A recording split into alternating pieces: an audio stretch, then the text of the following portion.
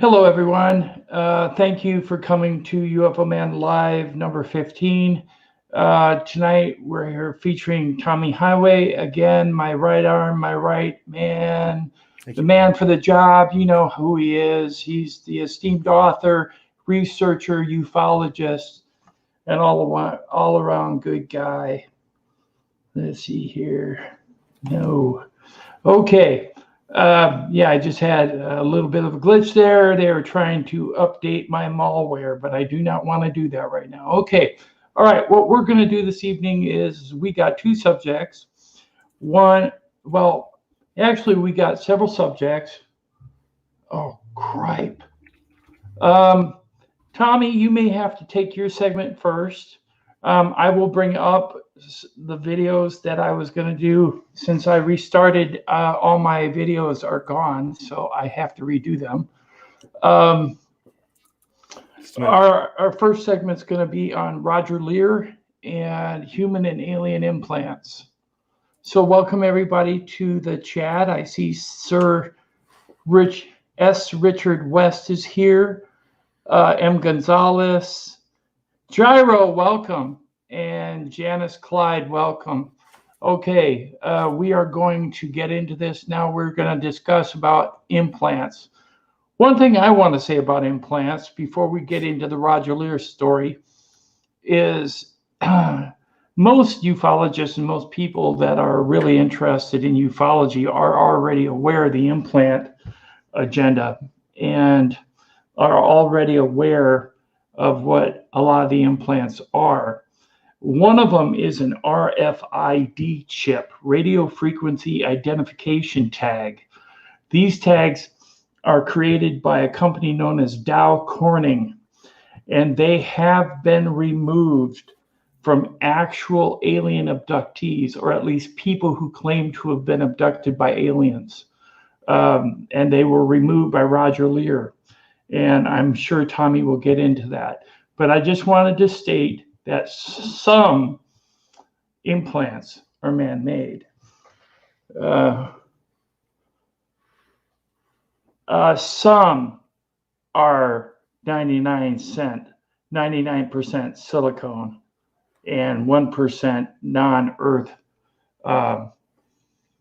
materials. Most are meteorite based, but we'll get into that. M. Gonzalez, yes, we will. Okay, Tommy, take it away. Hey, folks, welcome back. We appreciate you coming back by. Today, let's start off with talking a little bit about Roger Lear. And Roger Lear was actually, unfortunately, he passed away back in 2014, but he was actually the leading expert, if you will, on implants, or let's just say objects, foreign objects and bodies found in people's bodies. Okay. Yes. And I mean, he started this back in, I believe it was the late 70s is when he began to start dealing with people that were abductees or claimed to be abductees, or people that had missing time and things like that. And I guess how it all started was he saw an X-ray of a patient who had an object in their right next to their arm bone that shouldn't have an object there. Right. And this lady, and I don't remember her name, but this lady had no explanation, like why she would have shrapnel in her body, that sort of thing. So they went ahead and they did a surgical procedure on her under local, and they actually extracted this device. But the interesting thing about this is that when they got it out, they realized that two things. Well, before they took it out, they actually scanned it, and it had a slight radio wave resonance to it. In other words, it was almost like this thing was broadcasting on something super high band, okay? But very light, like a very small signal. It's not like something that would interfere with radio or television or whatever. I'm talking about a very minute signal, okay? So when they extracted some of these implants, they realized a couple of things. Number one, as soon as they were removed from the body, they stopped broadcasting. There was no more activity from them, no more electrical activity whatsoever. And a lot of these implants were actually created from things that were, let's say, meteorites, like Tim was saying, for just to name one thing. But I mean, we're talking about elements that we don't really generally find on this planet in any quantity. And here these things are in these people's bodies. So it's very interesting to, I mean, you hear all the different the skeptics out there on this, and I understand the skepticism, But when you hear the skeptics talk, they'll call this everything in the world but what it is. But one question they never seem to be able to answer, and that's the fact that this thing is made out of basically meteorite material we don't have any large quantity of on this planet. Now, how did it get in this person's arm, right? Right. So Lier, that was his thing. He actually ended his life's work with working with people who are abductees or supposed abductees, and B, people who had actually some sort of a foreign body in their, and lodged within their body someplace. We're talking about it's been taken out of the leg. We're talking about it's been taken out off the elbow, things like that. Now, the interesting thing about these objects is the various shapes of them. Some of them are shaped like sort of like a cat claw, and then some of them really have almost no discernible shape whatsoever. Correct. But any way you look at it, I mean, they're made from elements, again, that we don't have in large quantities on this planet. How did this person, how does essentially get infected, if you will, with that? You know what I mean? Right. By the way, welcome, Akam. Nice to see you in the chat. I do have that video clip for you, Tommy. Okay. Would you like me to play it? Please. Okay. See here. Share.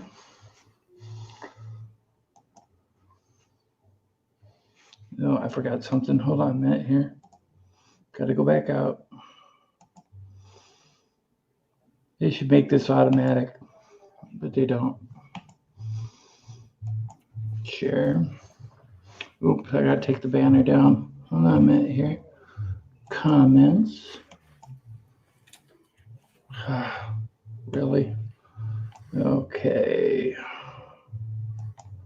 Take that off of there. And then here we go. One of the biggest obstacles facing the UFO research community has always been credibility, for without credible witnesses and investigators, a significant UFO sighting can be dismissed, and the benefits it could offer the wider research effort could be lost. Generally, those with high levels of education or work in a profession where keeping a cool head in a stressful environment is essential are generally considered to be amongst the most credible witnesses, because it's reasoned that they are less prone to exaggeration or may address the situation with a more clinical and detailed approach. Another reason why we tend to trust such individuals is that often their credibility is at risk when they come forward with their sighting. So we can assume that they are certain that what they have experienced is genuinely mysterious, because they are risking their professional status. This is why for many years, professionals were afraid to admit publicly a sighting they may have had or a belief in extraterrestrial life. But there have been a few who have risked their careers and reputation to push for research in the UFO phenomena. The result, as we shall see in the case of Dr. Roger Lier, can be compelling and controversial. Roger Lier was born on March the 20th, 1935 in San Francisco. But at 13, his family moved to Southern California, and he eventually earned a place in the University of Southern California, where he graduated in 1961 with a bachelor's in science, before qualifying as a certified podiatrist in 1964.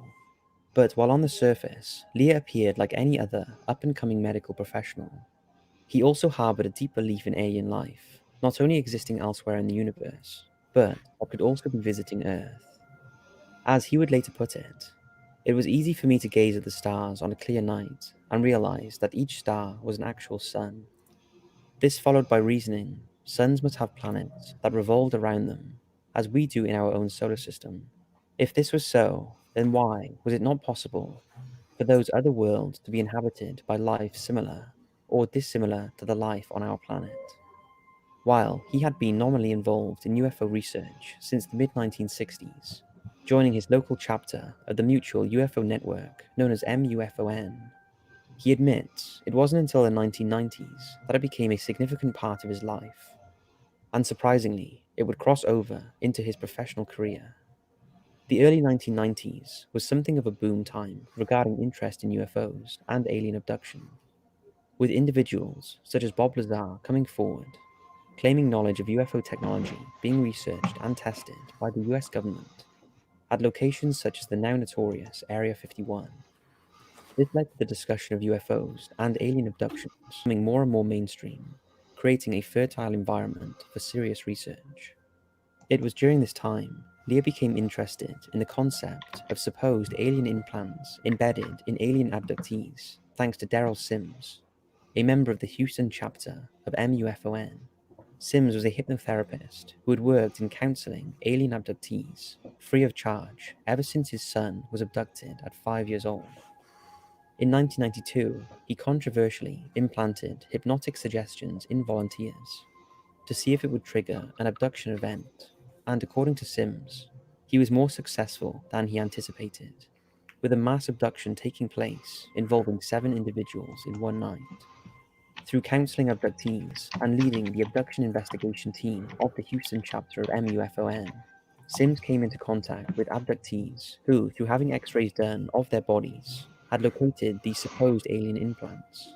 This provided him with a pool of potential volunteers to draw upon when he and Lier proposed removing the implants.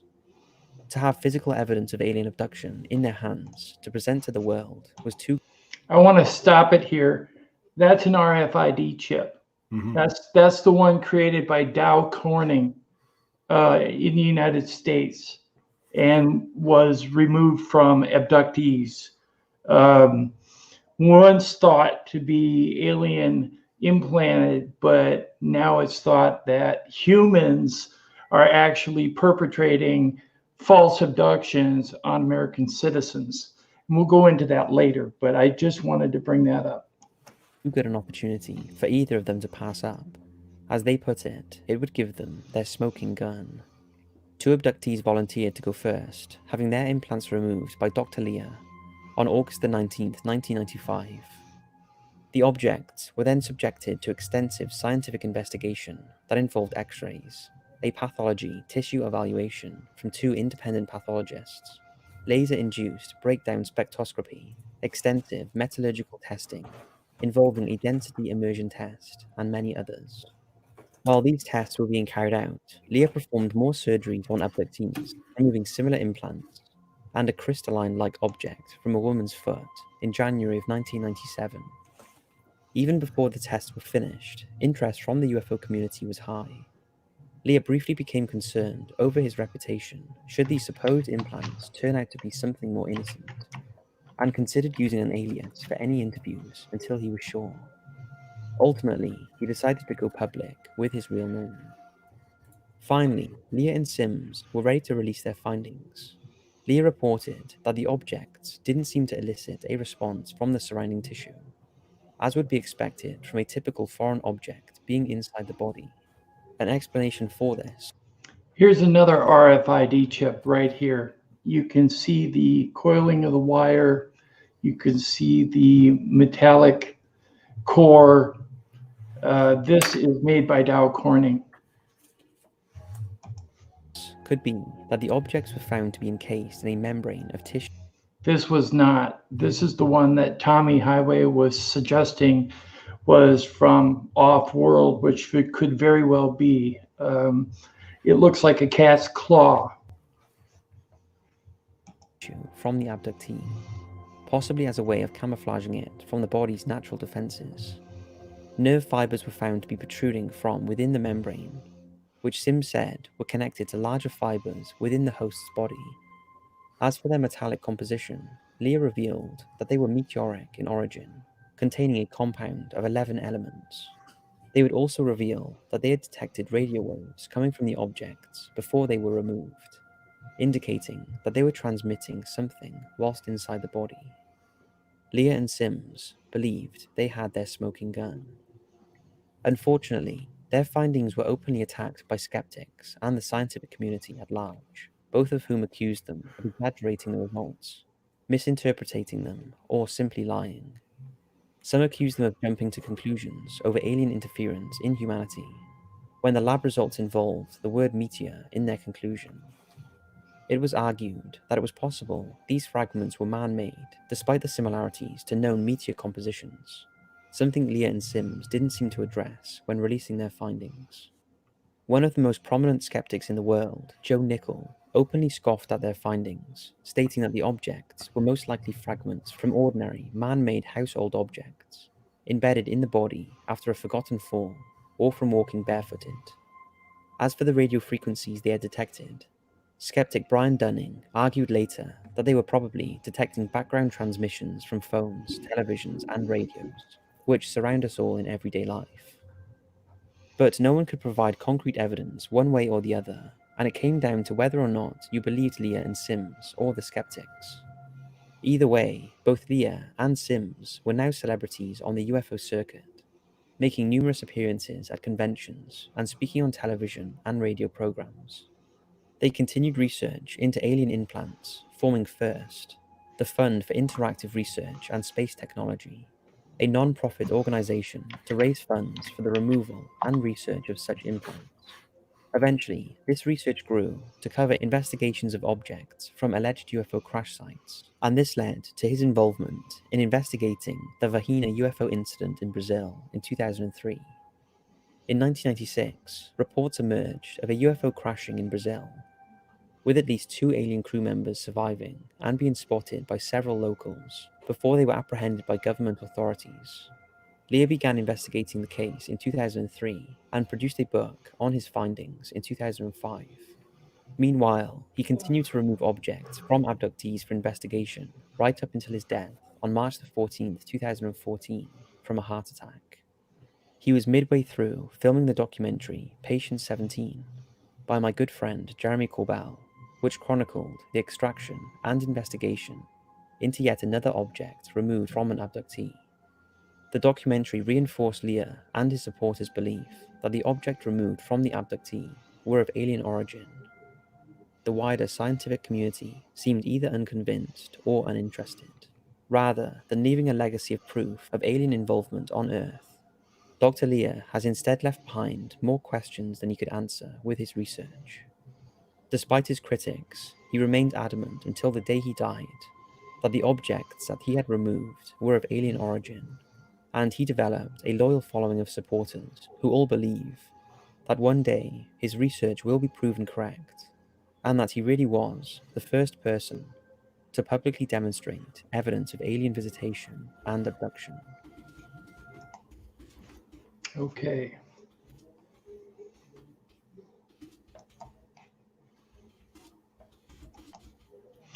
All right, that's the end of that video clip. That really told the story of Roger Lier. 16 operations, 17 objects recovered. At least 3 of them were man-made, and the rest were considered off-world, like meteors, meteor chips, or bone fragments that all exhibited a radio frequency. And one thing that I noticed is they said that a TV camera exhibits like on a scale of frequency, it's like a scale of 4. I don't remember what the measurement is, Mohs or something like that. And these objects that were super, super small that were being found inside of abductees were exhibiting 10 Mohs, which is much more than a large TV camera. So why were they emitting this frequency? The theory is that they were emitting the frequency to a fixed or mobile object in deep space. Now, that would indicate to me that it's most likely not us. Now, if we're in deep space, I have yet to hear that. But then again, there is the theory of the secret space program, and that's a subject for another evening. But in regards to implants, like Mr. D.B. Cooper said a little while ago in the chat, he said it figures that something other would be tagging us and monitoring us like we do animals. Sure. We do the same thing to animals. Why can't they do it to us? And maybe they even look at us in the sense of animals who have yet to ascend to a higher level of understanding of the universe. So we are treated like animals and we're tagged. That's just one of the thoughts I've had. What do you think, Tommy? Well, I think these implants are very interesting because, well, there's one thing I can think of that really kind of blows my mind with this. As it happens, I grew up with a guy that was shot. Okay, as a child, he was accidentally shot, believe it or not, by a police officer, and the bullet lodged in his back. And at the time, and we're talking about the 1970s at the time, not to date myself here, but they didn't feel comfortable trying to remove the bullet. They just wanted to go ahead and leave it in there. They figured it'd be fine, right? Well, as he gets older, and I mean much older, we're talking about decades later, where in his 40s, 50s, he starts having some problems with it. Okay, it's actually causing him a problem. But with today's technology, they're actually able to go in and extract the bullet without, they're not concerned about it, right? They're not as concerned about his safety. So he goes and he has this procedure, and they use a robot and all that, and sure enough, they extract this bullet that's been with him for 40 years at this point. And this thing had it had like a real hard cartilage layer that had grown around it. Okay, Right. Because the body will tend to do that with things that it can't force out. So these people that have been walking around with these implants, especially these implants that are of let's say meteoric origin, why wasn't the body reacting to those things? Why wasn't the body trying to push those out? I mean, we've all had a splinter, right? Eventually the body will push it out of there. And yet the body didn't seem to react to these implants at all. Plus, you've got the fact that they're talking about nerve fibers and things growing into these metallic objects. I mean, come on now. What is that all about, right? Right. One thing I'm going to mention is they noticed that in these implants, there were no signs of inflammation anywhere. Right. No reaction from the body at all. Right. So what's weird about that is everything that goes into our body that is foreign from our body itself will cause inflammation, will cause swelling. So these items weren't causing swelling. Another thing that was indicated was there was no entry portal, meaning the objects didn't cut through the skin. They didn't break the skin or the tissue or the cell structure. They were just there. So how did they get into the body?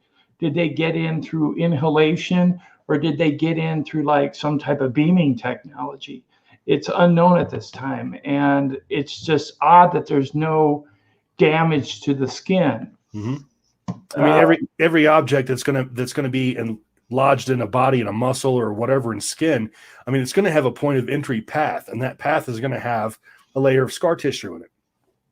That's how we heal. Okay, that's how the human body heals. So the fact that there is no entry point, like to Tim's point, there's no entry point where these things could have been implanted, then that, like he said, either they've materialized within the patient, or perhaps they were actually implanted in another part of the body and migrated there for whatever reason.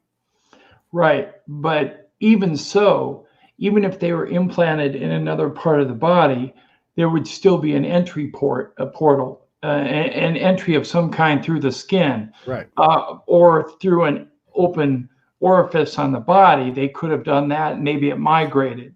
But that goes to figure. Alien probes. Be careful. I just thought of that. No, that's not it. Anyways,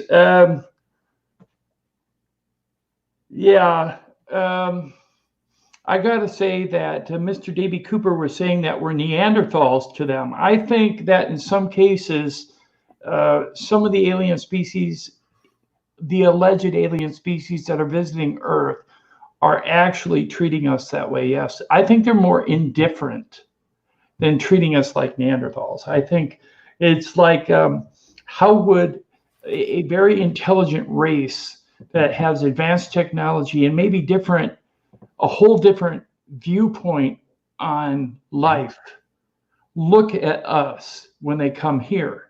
We might be as if we are an ant to a human being. The difference between an ant, the disparity between being an ant and a human being. Yeah, or possibly even a microbe in a human being. A microbe in a human being. And how do you explain to a microbe what your technology is? Right. Or your point of view on anything. Or your point of view, yes. And how do you track a microbe? Maybe you have to put something inside of it to track it. Now, I do know that there have been, now in regards to the Dow Corning RFID chip, a lot of companies in the United States have taken upon themselves to implant employees with RFID chips. And I can't name the exact companies right offhand, and I will do that in a future live stream. But there are companies that are doing this, and they're putting it between the thumb and the forefinger, like right in here. Yeah. And they do that on purpose, because what it's for is it holds all your biometric data, which would be your pulse, your blood pressure, your physical well-being. It also shows your breathing. It also will show all your financial data. They can upload credit on it so that you can use it to scan in front of like a vending machine or whatever. You can use it to unlock doors. You can do a lot of things.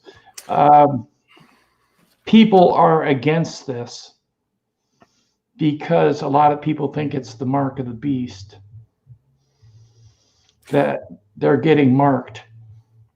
I actually have an interesting story, and it just came to me about this. Well, sort of similar to this particular issue when we're talking about it, things in terms of the body reacting to foreign, pieces of whatever inside of it. Okay.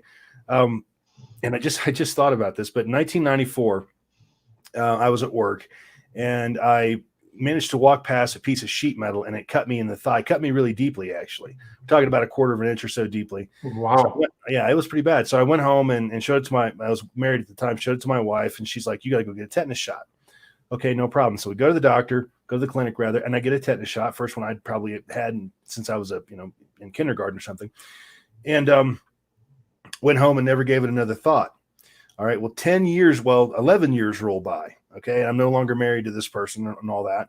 And I was laying on my bed one day and I woke up from bed, I should say. And I had this incredibly unbelievable pain on my right, hip, let's call it, my right butt cheek. Okay. And then I put my hand down there and there was this huge, almost like a half the size of a baseball, thing, this big raised up spot on my body. It was just throbbing, boom, boom, boom, boom, boom, boom, boom. So I went to the bathroom, and I don't mean to be gross here, but I just want to explain.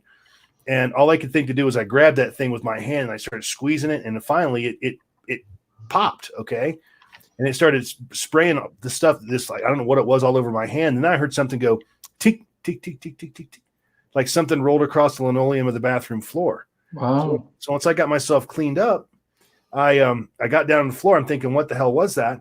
And sure enough, I found half of that needle where I had gotten that shot probably 11 years before.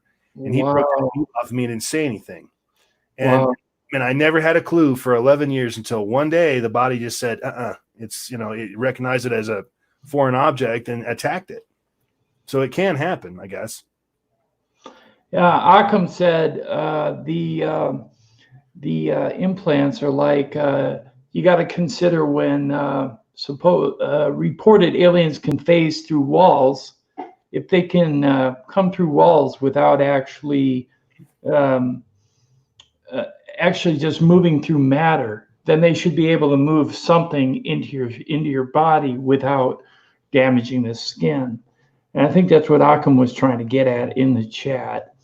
In regards to the company that was doing the RFID chips, according to DB Cooper, it's a company called 3 Square Market, and they're a tech company.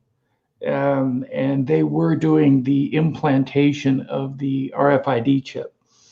And the RFID chips can be read from about 30, 35 feet away. So it's not like you have any say over any personal data once you get the RFID chip. So your personal data is taken away. So if you imagine that you're being implanted by an alien being and they're sticking something in your body, and you may not even know that you have an implant. Some people just don't know. They were surprised by x-rays. Yeah, they were surprised by x-rays or CAT scans or MRIs. Sure. And that's where they were found. Just think about that. That backs up the credibility of intruders coming into your house at any time, because they're tagging you like an animal. They're not asking for your permission to come into your house. They are tagging you. Mm-hmm. Now, whether it be the man-made RFID chips, which lends credence to the idea that human beings are either falsifying fake abductions and fooling the American public into believing that abductions are real through, they worked on mind control experiments for what, decades? Oh, yeah. So I'm sure they know about frequency transmission and how frequencies can alter your perception.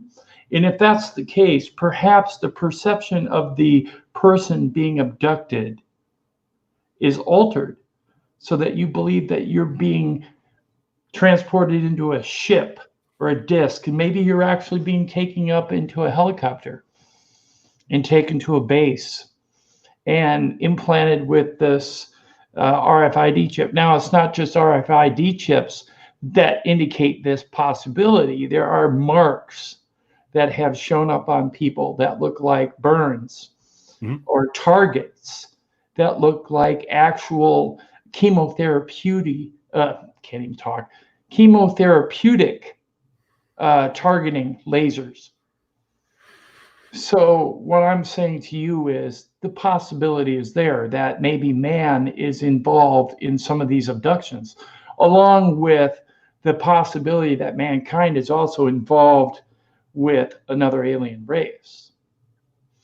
Now, what their purpose is unknown. I mean, the theory is that they're here for a hybridization program, but really, is that what they're here for? How do we know that? Well, there's certainly been stories over the years about the CIA, NSA, people like that being in cahoots, and actually humans being present during alien abductions, things like that. I mean, those stories are out there. Right. The only thing that lends credence in my mind to the fact that they're doing some type of hybrid program is that they're taking DNA material, implanting it into fertile women, and then after 3 months, removing a fetus and taking it. Now, there have been many, many, many cases in that regard. One that we did a live stream on recently on Deborah Cobble from Copley Woods in Indianapolis, Indiana. She had a fetus removed. And not just one, but 3. And there are other women in the United States and elsewhere that have had the same experience. So whether this is happening with human intervention, or if this is happening with alien intervention, it is unknown at this time. But there are reports out there saying that it is happening with both humans and alien interaction. Both, not just one, both. They're working together. And that kind of goes back to when we were talking about the 1954 Muroc Air Force Base encounter with Dwight D. Eisenhower in regards to an alien treaty. When the alien treaty called the Greada Treaty, supposedly, now I can't verify this, but the Greada Treaty was signed in 1954 by the U.S. president. It gave a certain race of Greys the right to abduct a certain amount of people and do experimentation. And now the experimentation was not necessarily quantitatively stated as to what it should be. So what they're doing may be far in advance in what was agreed to. So all I can say is, okay, I've gone way off track. But anyways, this is pretty much a very deep situation in regards to implants. It is an intrusion upon your privacy. You have no control over what is going to be done to you. with these implants. I do know that I had something happen to me back on January 1st of 2009. I woke up with an itchy spot in the middle of my chest, and I checked it. It was a welt, and it was round, and it had 6 puncture wounds in it. I had not had any type of vaccination or anything of the kind in my chest. When I went to the doctor, he said it was a vaccination and that I had been vaccinated within the last 24 hours. So I have no idea where it came from. But it happened overnight. Now, if that's happening to people anywhere in the world, then how do we prepare ourselves for something like that? How do we stop things like that? And I would say right at this point, there is no way to stop it. Nope. There is no way to protect yourself other than to be aware and to research the subject. Mm-hmm. There are books out there. There are stories out there. Just listen and read. Right, Tommy? That's right. Well, and again, if this is happening, and I tend to believe that it is, like Tim said, there's no defense. I mean, there's nothing you can do. I mean, if you could put a bunch of guard dogs in your house, I'll just walk in and knock the guard dogs out. I mean, you know, this has been going on for a while. People have been claiming to be abducted since, well, the 70s. And, you know, a lot of these people are not crackpots. A lot of them actually have pretty good stories, and some of them even have some evidence to back up their claims. So getting back to these implants, I mean, again, my big question is, how did somebody get a hunk of meteorite stuck in them? I mean, let's just break this down to its lowest common denominator. How did that happen? Right. And that seems kind of rare to me, actually. I don't know how that would happen. I mean, I'd be more surprised to find I would be more surprised to find a fragment of a meteor in somebody than a French horn or something. I mean, whatever, anything but that. But sure enough, that they're made up of those elements, and we know that because they've been analyzed. Okay, I do have a video clip I want to bring up that kind of talks about the alien agenda. Let me see here, if that's okay with you, Tommy. Go for it. Okay.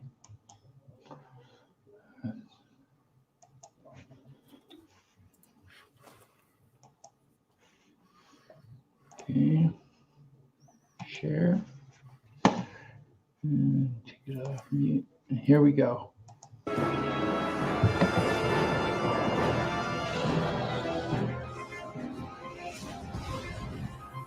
What does the U.S. government know? And why does an extraterrestrial presence on this planet and interaction with the human population warrant such a classified approach? We are all trying as a unified community to find out the truth, which is, are aliens here?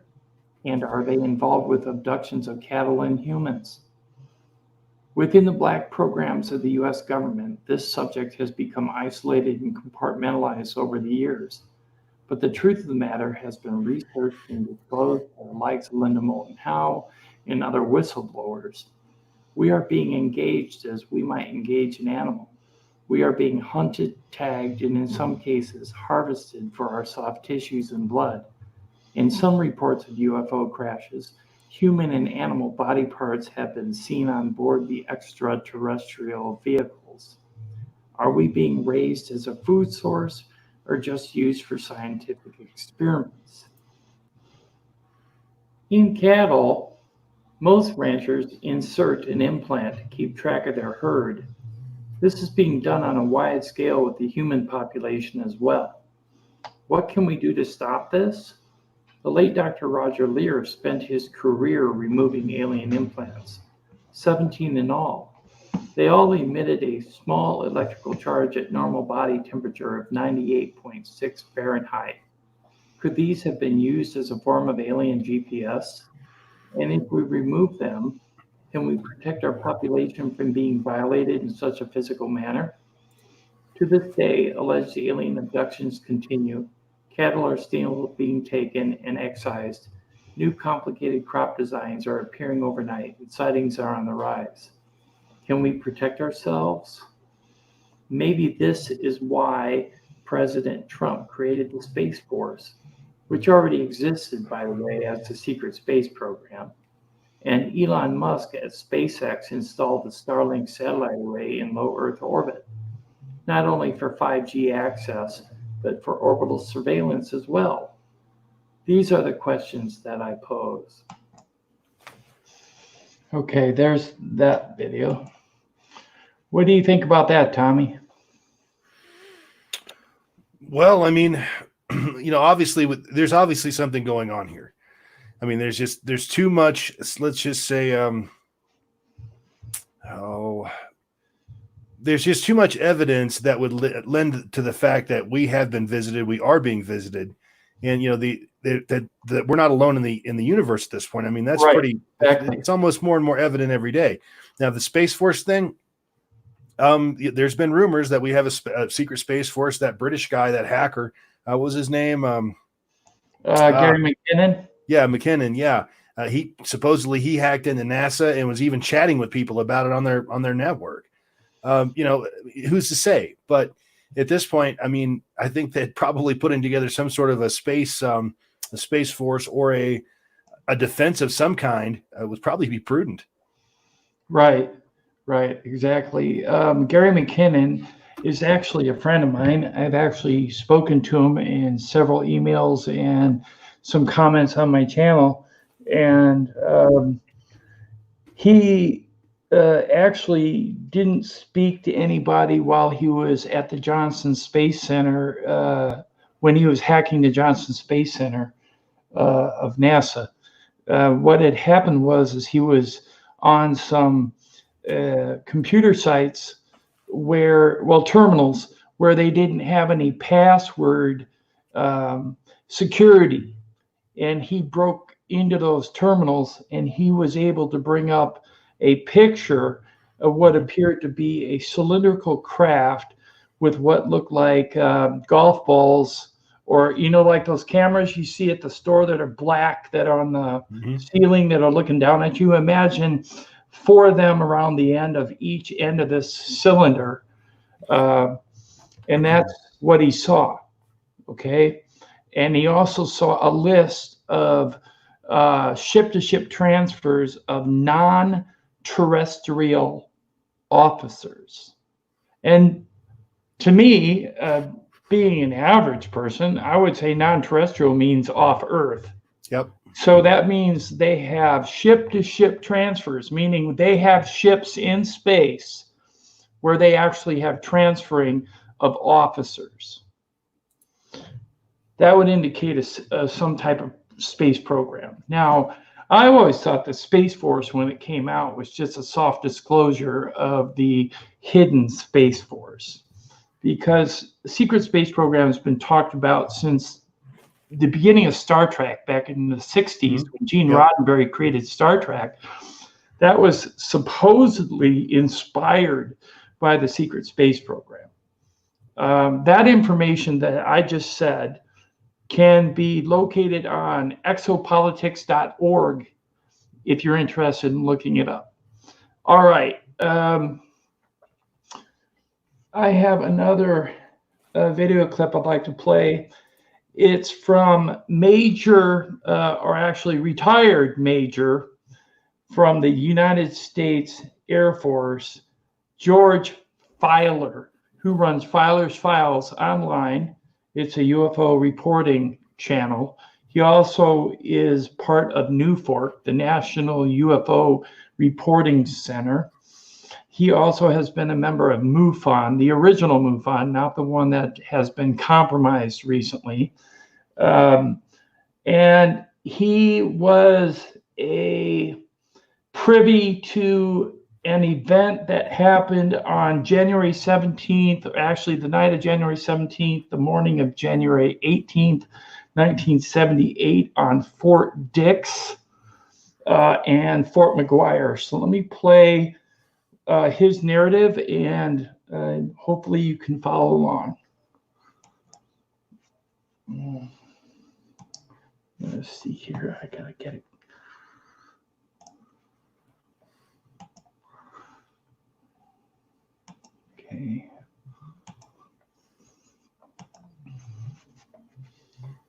Here it is. And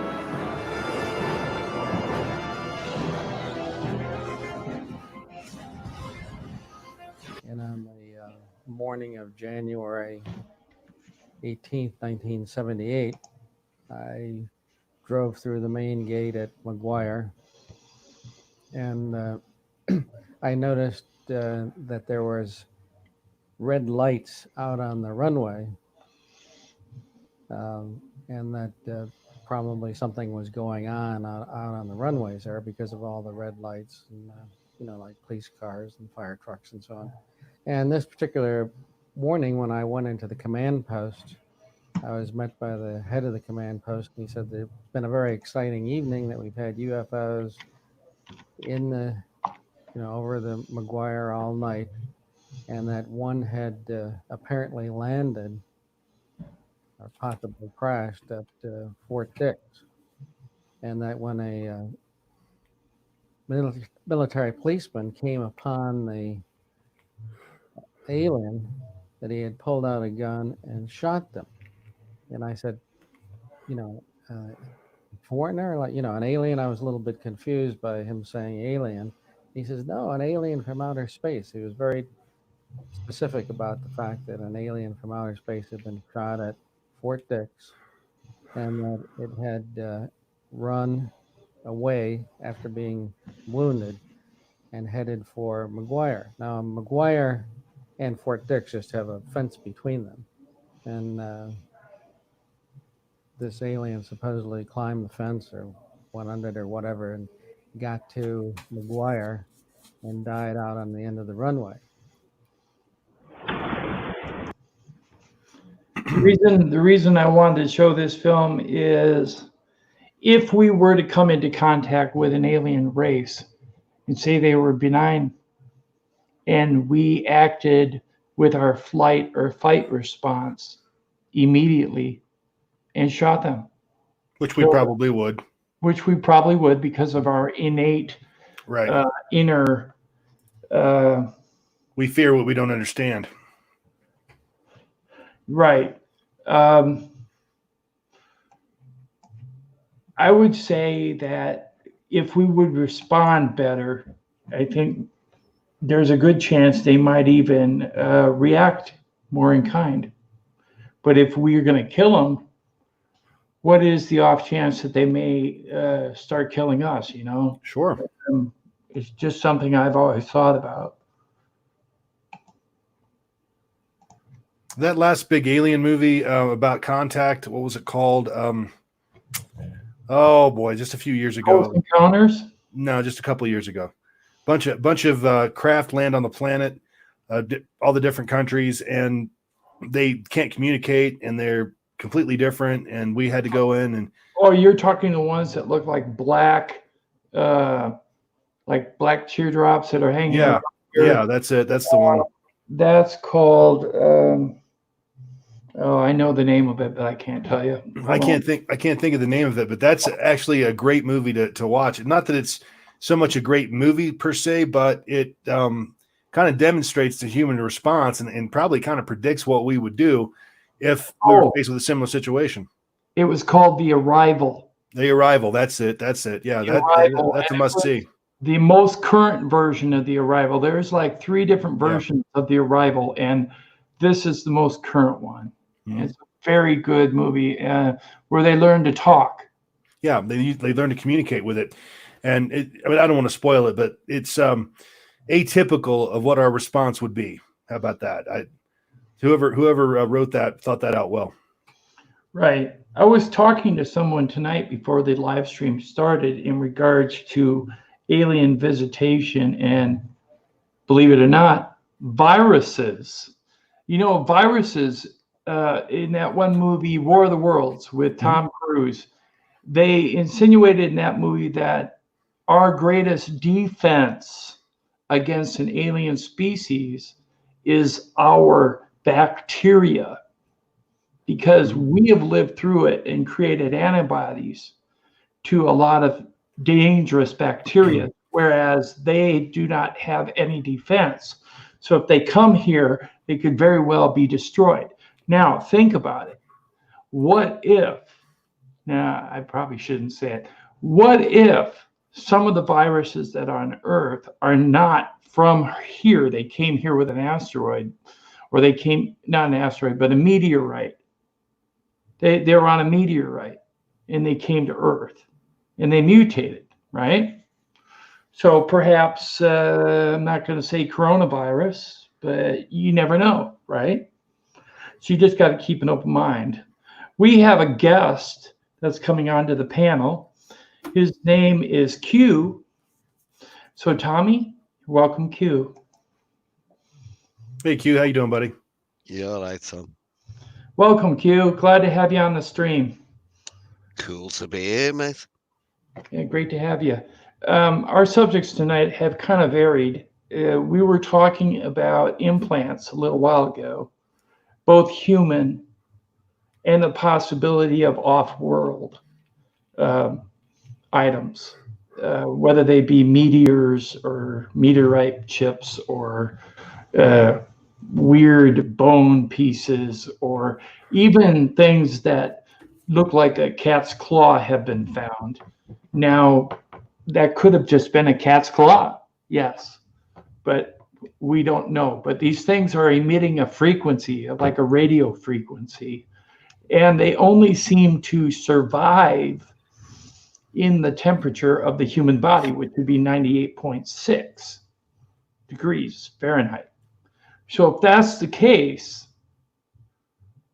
when the temperature goes down, they retreat, or they dissolve, or they go away. So, or they go missing. So what is causing that? What do you think, Q? Well, who was that guy years ago? He's actually now died, which I think that was a couple of years ago. He died. Dr. Lier. Dr. Lier. Yeah, Roger Lier. Right. That guy, he had a passion. He was trying to find the truth, maybe slightly misguided with some things, but that guy wanted to find the truth. Right, he did. Some of the things that he did find before, unfortunately, he died, were interesting. Yeah. Are the alien technology? Not necessarily. But maybe. Yeah. Maybe. Yeah. Are they implants for some other reason by some government? Yeah, maybe. Whatever. You know, we can go into all the conspiracies we want to think of. Well, but some of the things he did find were interesting, but some of them were also benign, yeah. A little bit poop. Yeah, in regards to the RFID chip, though, that was removed by Lier from at least 3 of the abductees. The RFID chip was made by Dow Corning, and that was confirmed.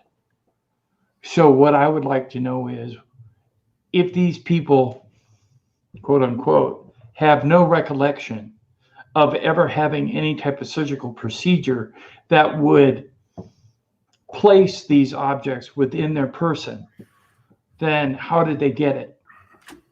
And why? Well, you've seen that video where I sent you a link to it probably multiple times. Bad trip to Edgewood. You can't trust. I mean, that video was about the American government and what they were doing, what they were testing on. Right, they were doing a lot of bad their stuff. own soldiers.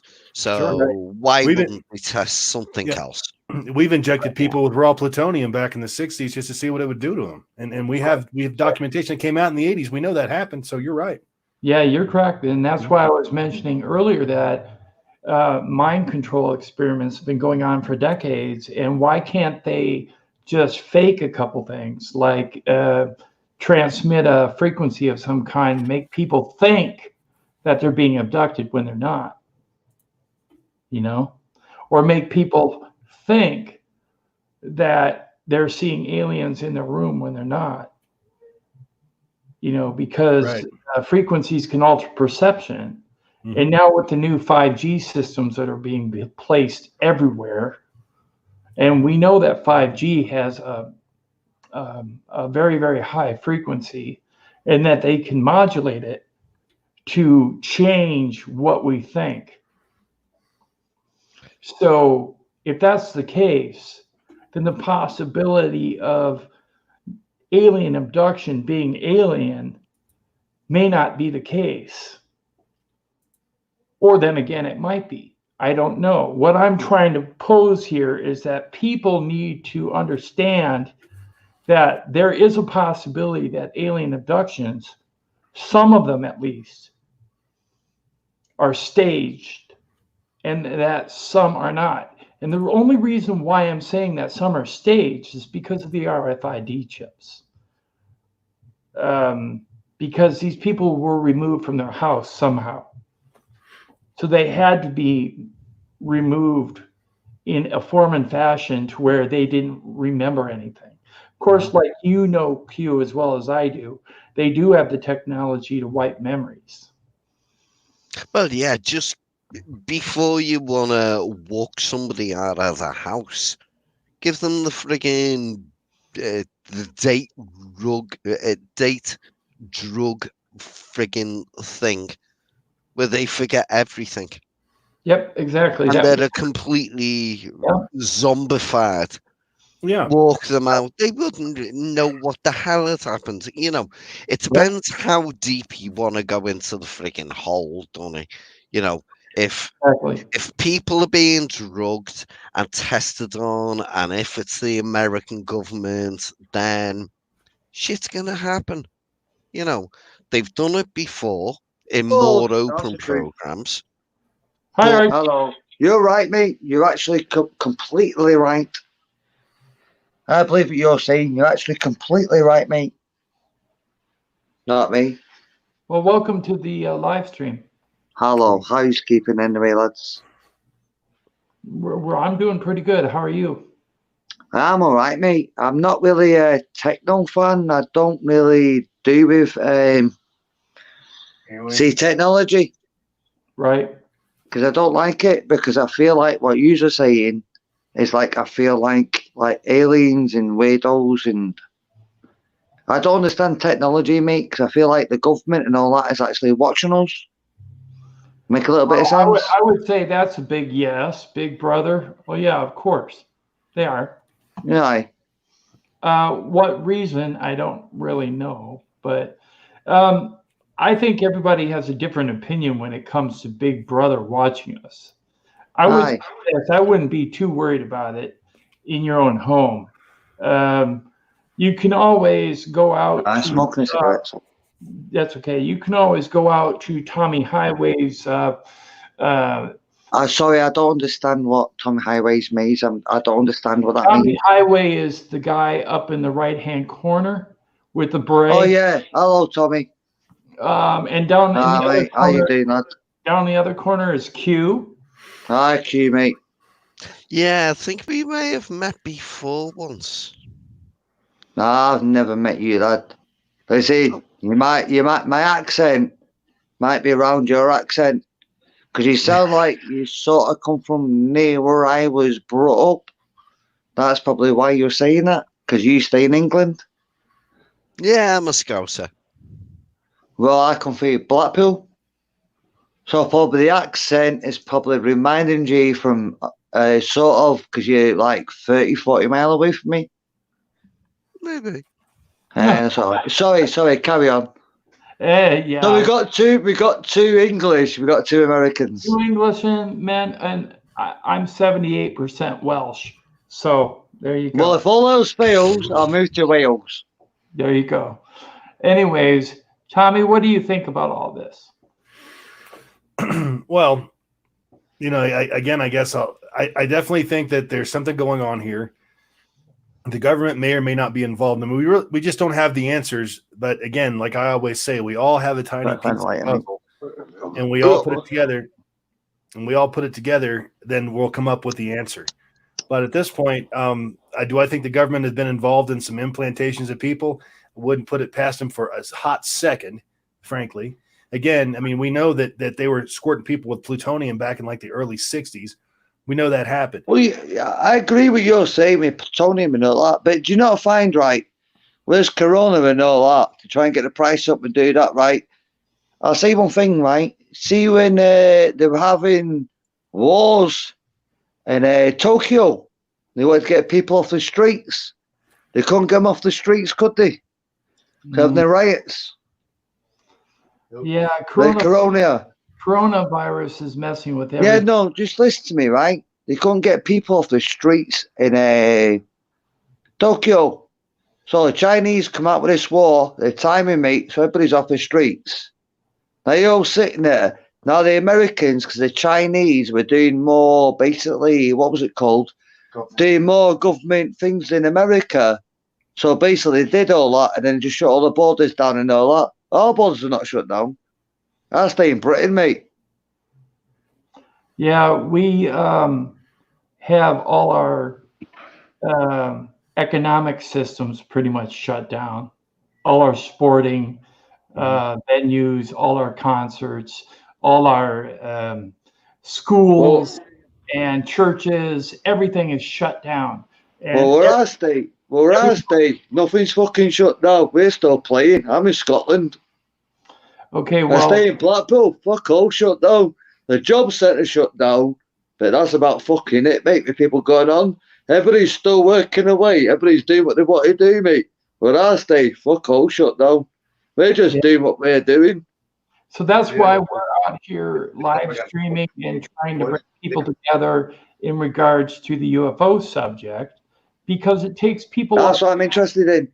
Yeah, it takes their mind off of what's going on with them in their real lives, where they're hunkering down and trying to protect their families, which we at UFO Man hope that all of you are staying safe. See, I'm interested in this, right? I'm interested in this, mate. Right. Well, I stayed in Scotland, right? Right? I'm a blue man. Right. Well, I'm a believing alien, so I'm a blue man. You get green men's and you get blue men's, don't you? Aliens. You got blue ones and gray ones, and there are other. No, you get blue ones and green ones. I've never seen green ones, but I've heard. Well, of aliens, you know, I see a blue alien, I see green aliens. I've never seen a green or even heard of a green one, but then again, you never know. You never know. Maybe. See, I don't believe. Well, I do believe, but I don't believe because you always believe the unexpected.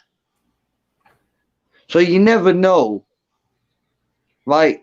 What's there? Because I've seen certain things in my life that I can't explain. Look at the ancient aliens and you watch the It's like well, my friend behind me, right? He says the things you see in the telly nowadays. You watch things about the ancient aliens. Can I ask you a question, mate? I'm sorry, I forgot your name, mate. I can't really read properly because I've not got my glasses on. The top left. Top left would be UFO Man. Are yourself that's doing the code? Yeah. UFO man. Right? I'll ask you a question, right? Okay. Do you believe, right, that aliens built the pyramids? That they did the Incas and all that. Do you believe that? No. I'm not. Do you believe that? I'm not sure.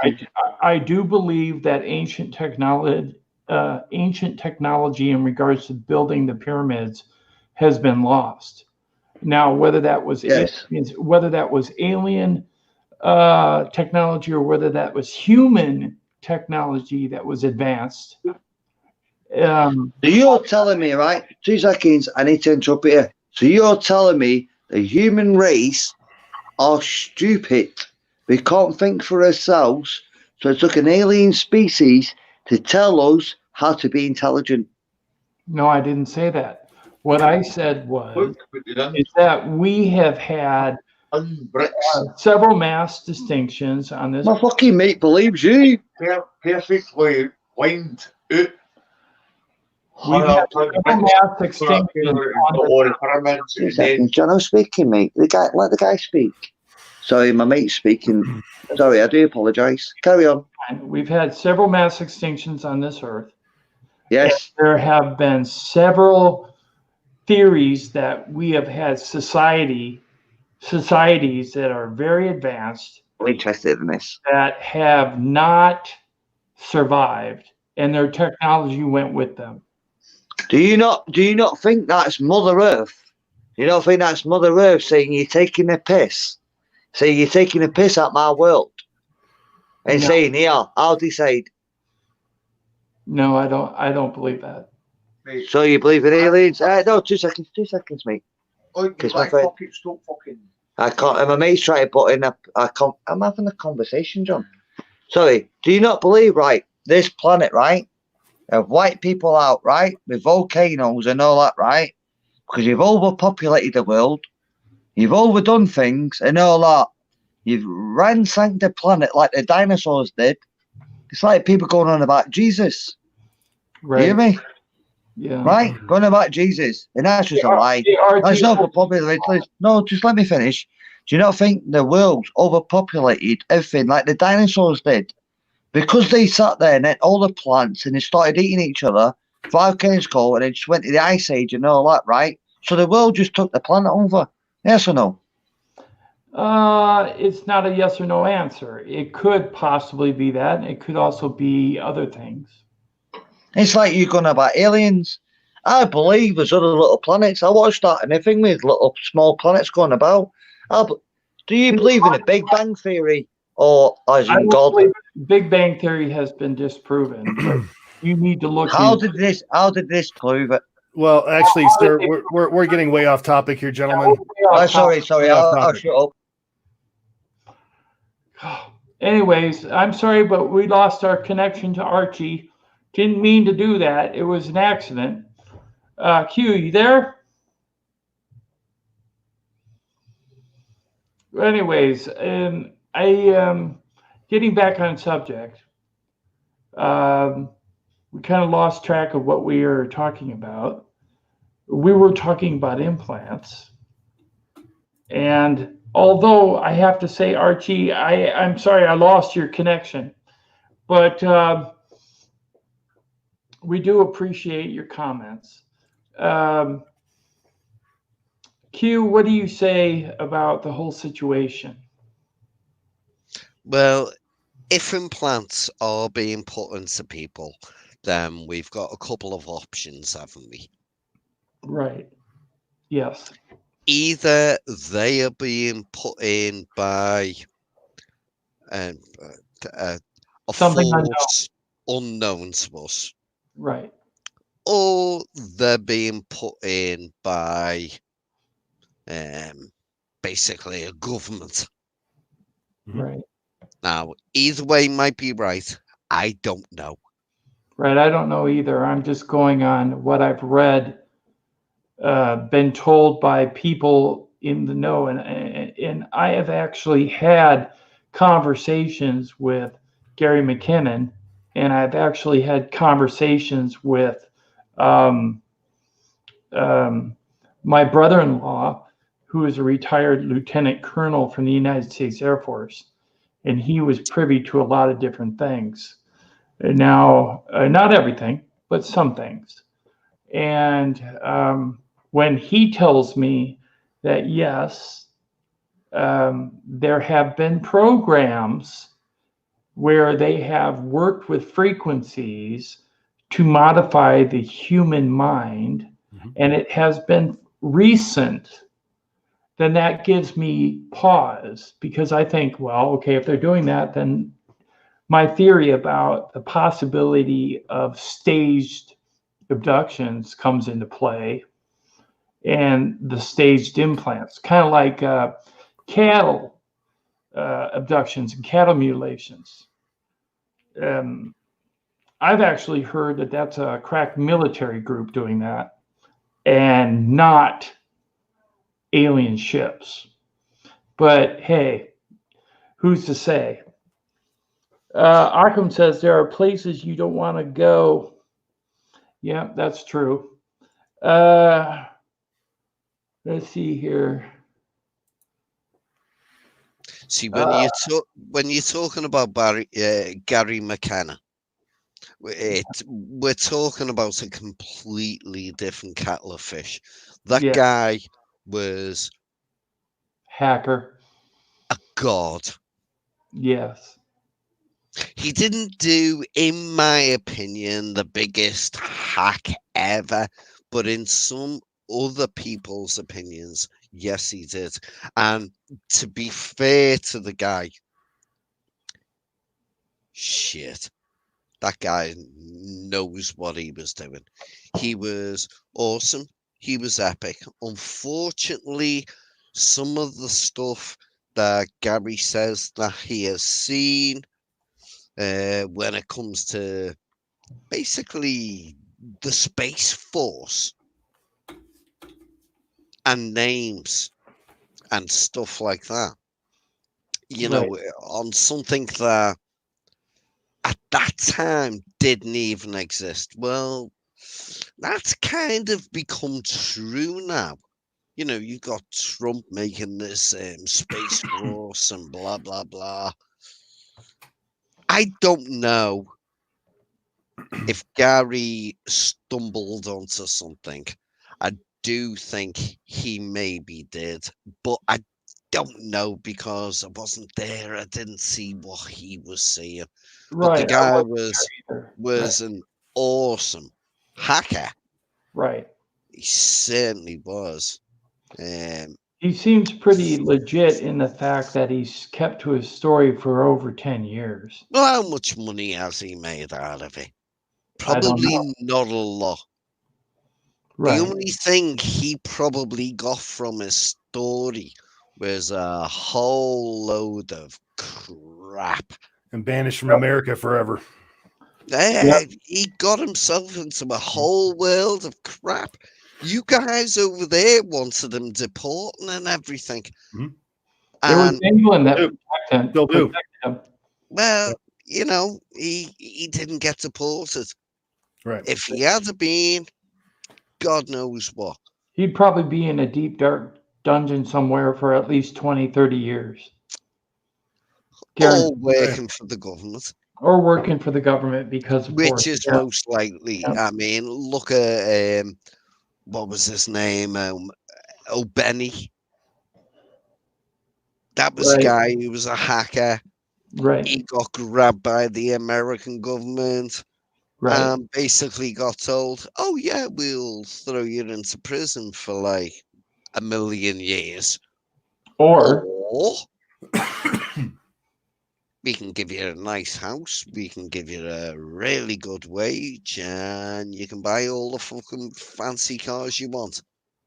Work for us." yeah. I do think Gary saw stuff. Now, whether he was seeing real stuff, I think he probably was. Whether it was extraterrestrial,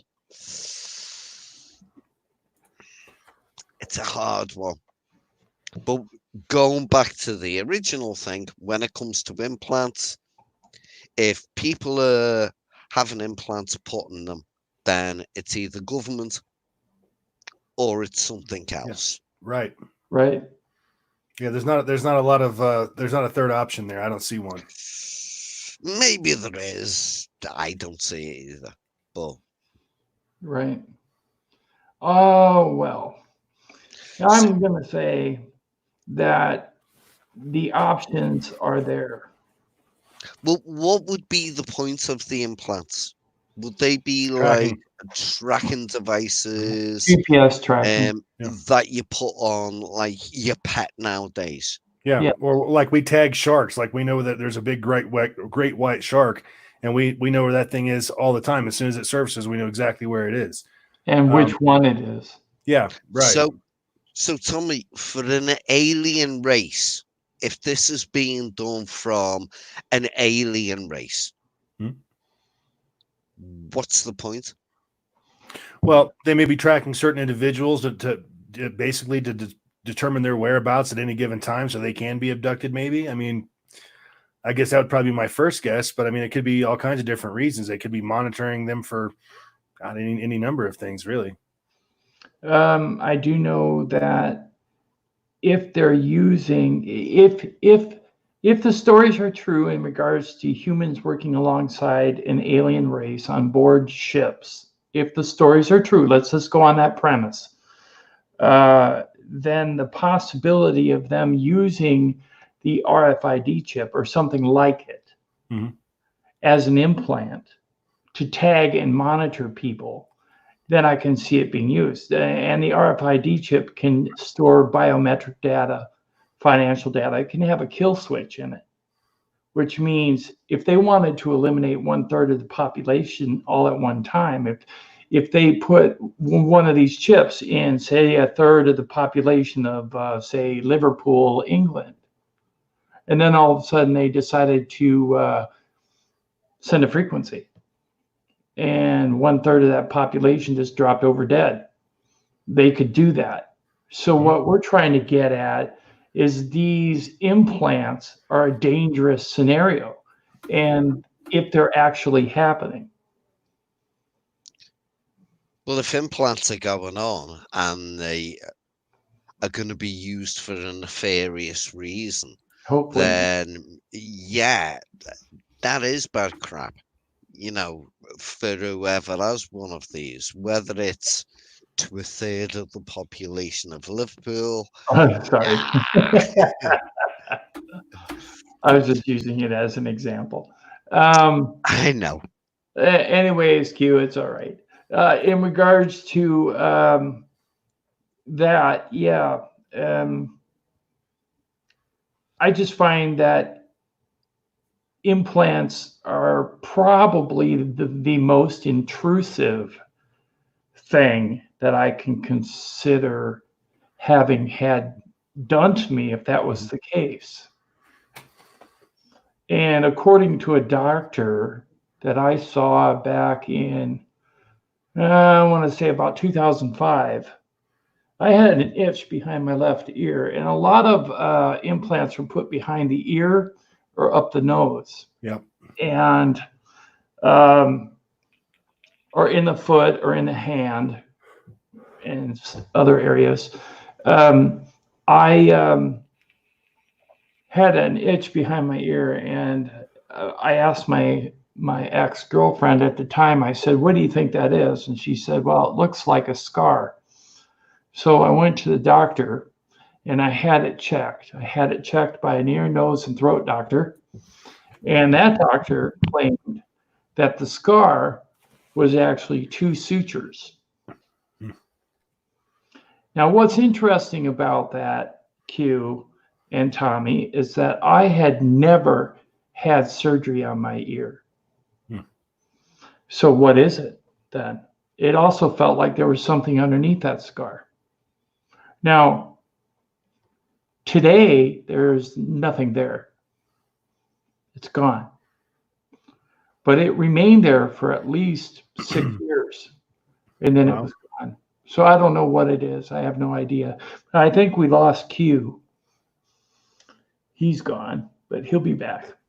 Anyways, Q, what do you think about that? Did you hear me? I can't hear you. You're muted. Can you hear me now? Yep. Oh yeah. Yeah, I was here the whole time. Yeah, I actually had that happen. I always go to the doctor when I find weird marks on me, okay? Because I have psoriasis, and I know what my psoriasis looks like, okay? What this was not psoriasis, and it was itching behind my ear, and it felt like there was a little bump underneath the center of the area. And the doctor said that I had 2 sutures behind my ear, and that there was something underneath the sutures. But to this day, I never found out what it was, because after 6 years, it was gone. In 2011, I had it checked again, and it was gone. Interesting. It's weird. It's just gone. It was there for like 6 years. But I went to the doctors about 20 years ago and found out that I'd broken my shoulder. But I'd broken my shoulder like 20 years before. Yeah. Wow. I didn't know I'd broken my shoulder. Yeah, that's interesting when they You find know, out stuff like that. Yeah, it can always it's be that. Yeah. it's It could be an anachronism. Yes. it's a hard one to prove. Right. I agree. It's a hard one to prove. But the fact is that if the doctor says I have two sutures behind my ear and I have no medical record of ever having surgery behind my ear, and that according to the doctor, the sutures happened within the past 6 months of the time I saw him, then what caused? It's a little bit weird in that It's case. a little weird, yeah. And so that happened to me. So because that happened to me, I've been researching it. That doesn't mean I had an implant. I have no idea what it was. Could have been anything. Just like Q was saying, it could be anything. I can't rule that out. But I can suggest that the possibility exists that something happened to me overnight. I don't know. I Well, just don't know. you should remember the operation at least. I When don't. you needed to go in and have No. these sutures put in, you know what I Well, mean? you know, like I remember when I had my foot surgeries a couple years ago. I remember them clear as day. But I do not recall ever having surgery on the back of my ear, and there were no records. And you know, once in a medical record, it's forever in a medical record. It's never going to leave your medical record. It'll follow you for life. Guarantee you. So if you had surgery on the back of your ear and it wasn't in a bar in like Mexico somewhere, and obviously it's going to be in your medical record, and it wasn't.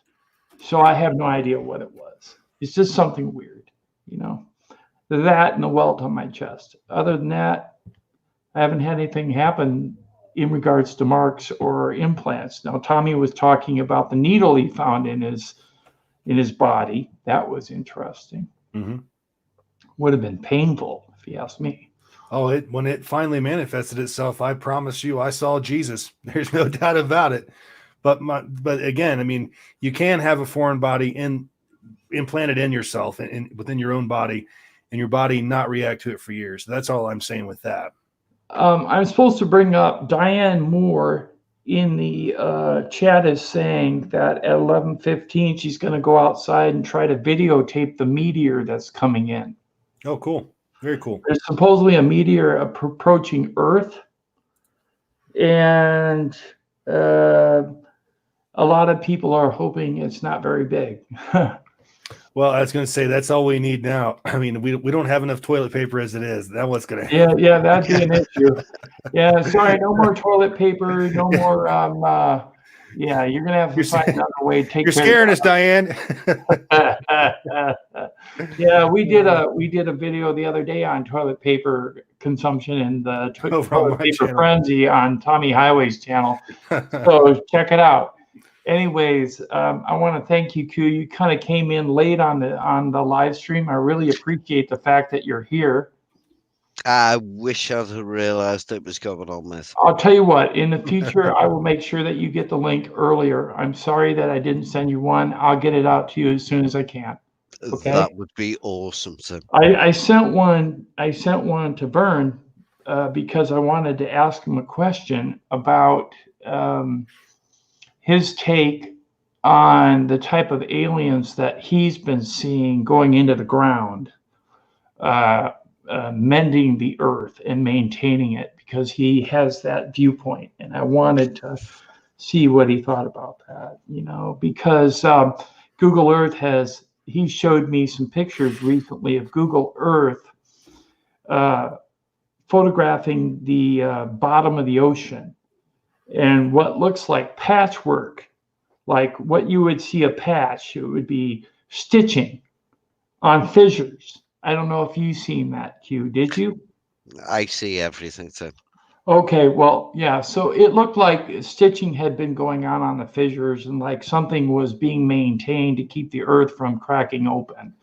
So hopefully the meteor that's coming in is not sizable and isn't going to cause damage to the Earth or anything that, and I've got like my wife, for instance, I don't want to have UFO Man crushed or Q. I don't want the meteor to fall on Q or Tommy.